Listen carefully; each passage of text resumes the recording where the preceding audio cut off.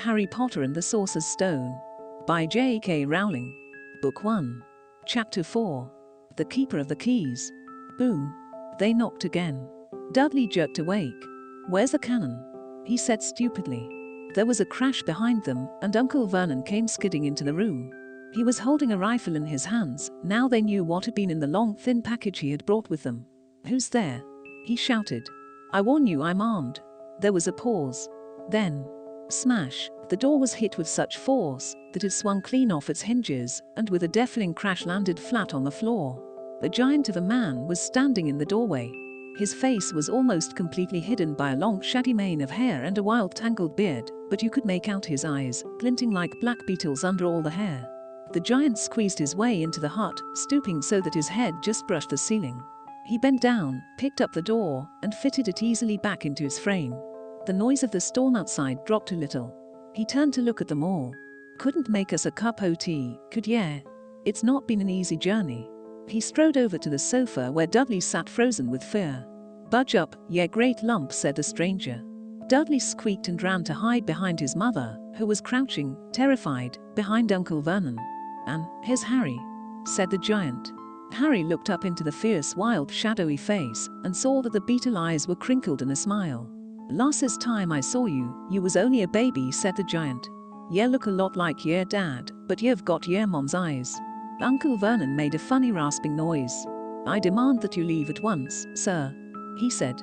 "You were breaking and entering." "Ah, shut up, Dursley, ye great prune," said the giant. He reached over the back of the sofa, jerked the gun out of Uncle Vernon's hands, bent it into a knot as easily as if it had been made of rubber, and threw it into a corner of the room. Uncle Vernon made another funny noise, like a mouse being trodden on. "Anyway, Harry," said the giant, turning his back on the Dursleys, "a very happy birthday to ye. Got some that fur ye here, I might have sat on it at some point, but it'll taste all right." From an inside pocket of his black overcoat, he pulled a slightly squashed box. Harry opened it with trembling fingers. Inside was a large, sticky chocolate cake with "Happy Birthday Harry" written on it in green icing. Harry looked up at the giant. He meant to say thank you, but the words got lost on the way to his mouth, and what he said instead was, "Who are you?" The giant chuckled. "True, I haven't introduced myself. Rubeus Hagrid, keeper of keys and grounds at Hogwarts." He held out an enormous hand and shook Harry's whole arm. "What about that tea then, eh?" he said, rubbing his hands together. "I'd not say no to somewhat stronger if you've got it, mind." His eyes fell on the empty grate with the shriveled chip bags in it, and he snorted. He bent down over the fireplace. They couldn't see what he was doing, but when he drew back a second later, there was a roaring fire there. It filled the whole damp hut with flickering light, and Harry felt the warmth wash over him as though he'd sunk into a hot bath. The giant sat back down on the sofa, which sagged under his weight, and began taking all sorts of things out of the pockets of his coat. A copper kettle, a squashy package of sausages, a poker, a teapot, several chipped mugs, and a bottle of some amber liquid that he took a swig from before starting to make tea. Soon the hut was full of the sound and smell of sizzling sausage. Nobody said a thing while the giant was working, but as he slid the first 6 fat, juicy, slightly burnt sausages from the poker, Dudley fidgeted a little. Uncle Vernon said sharply, "Don't touch anything he gives you, Dudley." The giant chuckled darkly. "Yer great puddin' of a son don't need fattening anymore, Dursley, don't worry." He passed the sausages to Harry, who was so hungry he had never tasted anything so wonderful, but he still couldn't take his eyes off the giant. Finally, as nobody seemed about to explain anything, he said, "I'm sorry, but I still don't really know who you are." The giant took a gulp of tea and wiped his mouth with the back of his hand. "Call me Hagrid," he said. "Everyone does. And like I told ye, I'm keeper of keys at Hogwarts. Ye'll know all about Hogwarts, o' course." No," said Harry. Hagrid looked shocked. "Sorry," Harry said quickly. "Sorry," barked Hagrid, turning to stare at the Dursleys, who shrank back into the shadows. "It's them as should be sorry. I knew ye weren't getting yer letters, but I never thought ye wouldn't even know about Hogwarts, for crying out loud. Did ye never wonder where yer parents learned it all?" "All what?" asked Harry. "All what?" Hagrid thundered. "Now wait just as 1 second." He had leapt to his feet. In his anger he seemed to fill the whole hut. The Dursleys were cowering against the wall. "Do you mean to tell me," he growled at the Dursleys, "that this boy dash knows nothing about anything?" Harry thought this was going a bit far. He had been to school, after all, and his marks weren't bad. "I know some things," he said. I can, you know, do math and stuff. But Hagrid simply waved his hand and said, about a world, I mean. Your world. My world. Yeah, parents' world. What world? Hagrid looked as if he was about to explode. Dursley, he boomed. Uncle Vernon, who had gone very pale, whispered something that sounded like Mimbo-Imbo. Hagrid stared wildly at Harry. But ye must know about your mom and dad, he said. I mean, they're famous. You're famous. What? My mom and dad weren't famous, were they? Yet on no, Hagrid ran his fingers through his hair, fixing Harry with a bewildered stare. Yet on know what ye are, he said finally. Uncle Vernon suddenly found his voice. Stop, he commanded. Stop right there, sir. I forbid you to tell the boy anything. A braver man than Vernon Dursley would have quailed under the furious look Hagrid now gave him. When Hagrid spoke, his every syllable trembled with rage. You never told him. Never told him what was in the letter Dumbledore left for him. I was there. I saw Dumbledore leave it, Dursley. And you've kept it from him all these years. Kept what from me? Said Harry eagerly. Stop. I forbid you, yelled Uncle Vernon in panic. Aunt Petunia gave a gasp of horror. Ah, go boil your heads, both of ye, said Hagrid. Harry, you're a wizard. There was silence inside the hut. Only the sea and the whistling wind could be heard. I'm a what? Gasped Harry. A wizard, o' course, said Hagrid, sitting back down on the sofa, which groaned and sank even lower, and a thumping good I'd say, once ye've been trained up a bit. With a mum and dad like yours, what else would ye be? And I reckon it's about time ye read your letter. Harry stretched out his hand at last to take the yellowish envelope, addressed in emerald green to Mr. H. Potter, the floor, hut on the rock, the sea. He pulled out the letter and read. Hogwarts School of Witchcraft and Wizardry. Headmaster Albus Dumbledore. Order of Merlin, First Class, Grand Sorcerer, Chief Warlock, Supreme Mugwump, International Confederation of Wizards. Dear Mr. Potter, we are pleased to inform you that you have been accepted at Hogwarts School of Witchcraft and Wizardry. Please find enclosed a list of all necessary books and equipment. Term begins on September the 1st. We await your owl by no later than July 31. Yours sincerely, Minerva McGonagall, Deputy Headmistress. Questions exploded inside Harry's head like fireworks, and he couldn't decide which to ask first. After a few minutes he stammered, What does it mean, they wake my owl? Galloping Gorgons, that reminds me, said Hagrid, clapping a hand to his forehead with enough force to knock over a cart horse, and from yet another pocket inside his overcoat, he pulled an owl, a real, live, rather ruffled-looking owl, a long quill, and a roll of parchment. With his tongue between his teeth he scribbled a note that Harry could read upside down. Dear Professor Dumbledore, given Harry his letter. Taking him to buy his things tomorrow. Weather's horrible. Hope you're well. Hagrid. Hagrid rolled up the note, gave it to the owl, which clamped it in its beak, went to the door, and threw the owl out into the storm. Then he came back and sat down as though this was as normal as talking on the telephone. Harry realized his mouth was open and closed it quickly. Where was I? Said Hagrid, but at that moment, Uncle Vernon, still ashen-faced, but looking very angry, moved into the firelight. He's not going, he said. Hagrid grunted. I'd like to see a great muggle like you stop him, he said. A what? Said Harry, interested. A muggle, said Hagrid, it's what we call non-magic folk like them. And it's your bad luck you grew up in a family of the biggest muggles I ever laid eyes on. We swore when we took him in we'd put a stop to that rubbish, said Uncle Vernon, swore we'd stamp it out of him. Wizard indeed. You knew? Said Harry. You knew I'm a wizard? Knew? Shrieked Aunt Petunia suddenly. Knew? Of course we knew. How could you not be, my dratted sister being what she was? Oh, she got a letter just like that and disappeared after that school, and came home every vacation with her pockets full of frog spawn, turning teacups into rats. I was the only one who saw her for what she was, a freak. But for my mother and father, oh no, it was Lily this and Lily that, they were proud of having a witch in the family. She stopped to draw a deep breath and then went ranting on. It seemed she had been wanting to say all this for years. Then she met that Potter at school, and they left and got married and had you, and of course I knew you'd be just the same, just as strange, just as abnormal, and then, if you please, she went and got herself blown up, and we got landed with you. Harry had gone very white. As soon as he found his voice he said, blown up? You told me they died in a car crash.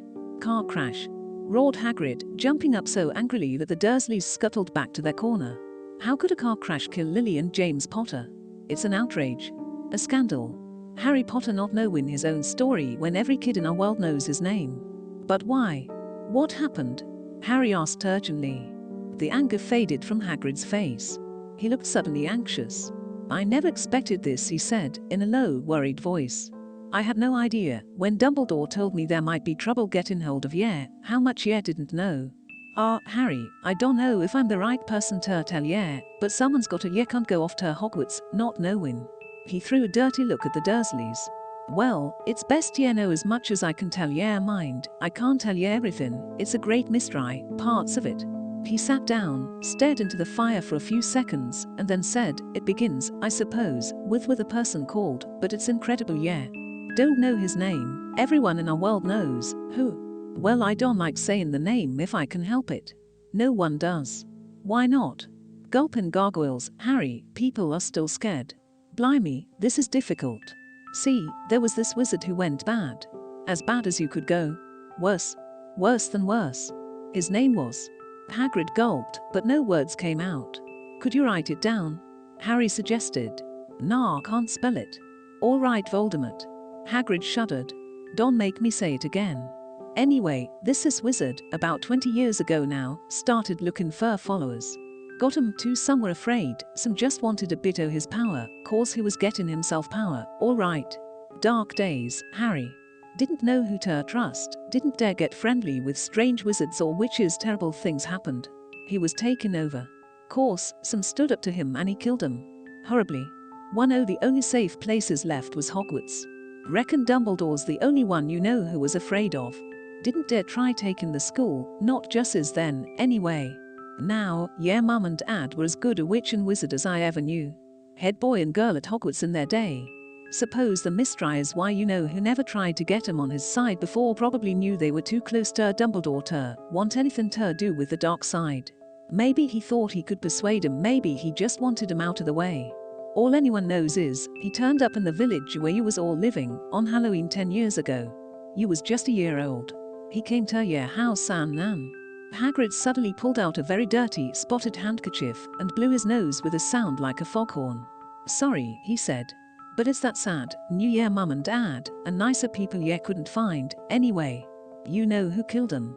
And this is the real mystery of the thing, he tried to kill you too. Wanted to make a clean job of it, I suppose, or maybe he just liked killing by then. But he couldn't do it. Never wondered how you got that mark on your forehead.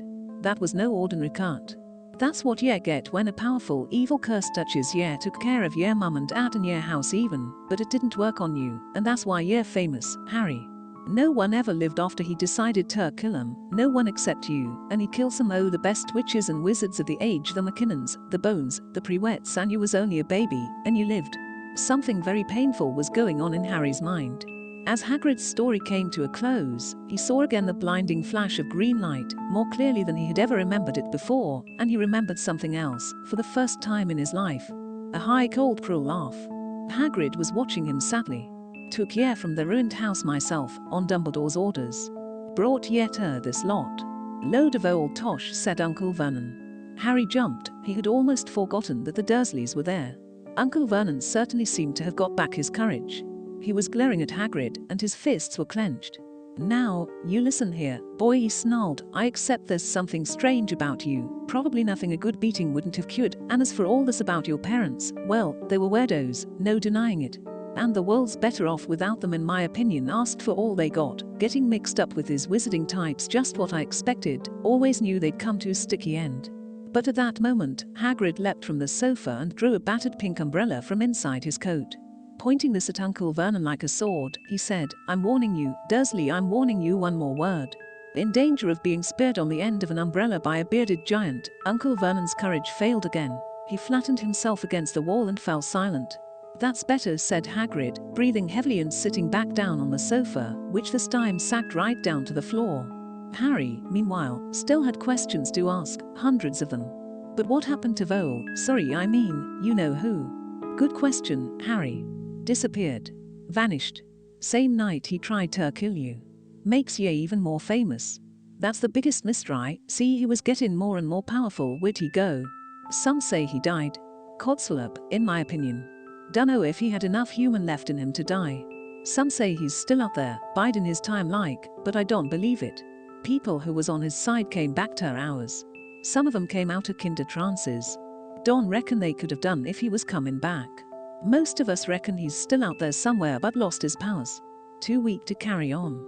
Course something about you finished him, Harry. There was something going on that night he hadn't counted on. I dunno what it was, no one does, but something about you stumped him, all right. Hagrid looked at Harry with warmth and respect blazing in his eyes, but Harry, instead of feeling pleased and proud, felt quite sure there had been a horrible mistake. A wizard? Him? How could he possibly be?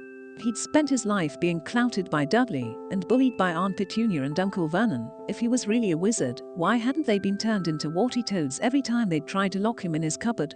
If he'd once defeated the greatest sorcerer in the world, how come Dudley had always been able to kick him around like a football? Hagrid, he said quietly, I think you must have made a mistake. I don't think I can be a wizard. To his surprise, Hagrid chuckled. Not a wizard, eh? Never made things happen when you was scared or angry. Harry looked into the fire. Now he came to think about it, every odd thing that had ever made his aunt and uncle furious with him had happened when he, Harry, had been upset or angry, chased by Dudley's gang. He had somehow found himself out of their reach, dreading going to school with that ridiculous haircut. He'd managed to make it grow back, and the very last time Dudley had hit him, hadn't he got his revenge, without even realizing he was doing it? Hadn't he set a boa constrictor on him? Harry looked back at Hagrid, smiling, and saw that Hagrid was positively beaming at him. See? Said Hagrid. Harry Potter, not a wizard you wait, you'll be right famous at Hogwarts.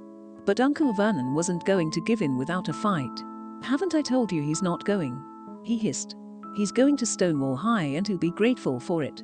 I've read those letters and he needs all sorts of rubbish, spell books and wands, and if he wants to go, a great muggle like you won't stop him, growled Hagrid. Stop Lily and James Potter's son going to Hogwarts? Yeah, mad. His name's been down ever since he was born.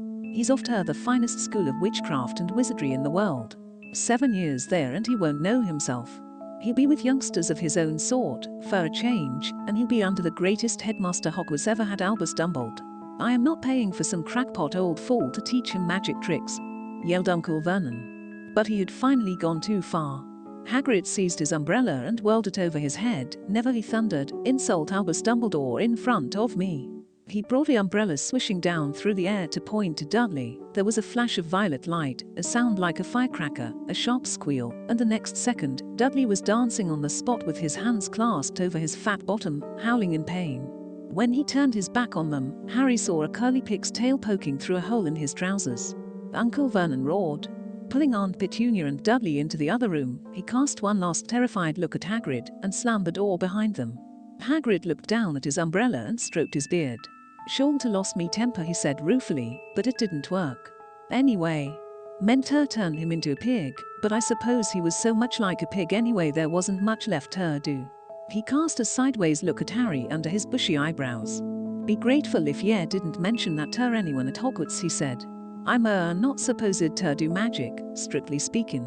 I was allowed to do a bit to follow ye and get ye letters to ye and stuff. One of the reasons I was so keen to take on the job. Why aren't you supposed to do magic? Asked Harry. Oh, well, I was at Hogwarts myself, but I got expelled, to tell ye the truth. In me 3rd year. They snapped me wand in half and everything. But Dumbledore let me stay on as gamekeeper. Great man, Dumbledore. Why were you expelled? It's getting late, and we've got lots to do tomorrow, said Hagrid loudly. Gotta get up to town, get all your books and that. He took off his thick black coat and threw it to Harry. You can keep under that, he said. Don't mind if it wriggles a bit, I think I still got a couple o' dormice in one o' the pockets. To be continued in Chapter 5.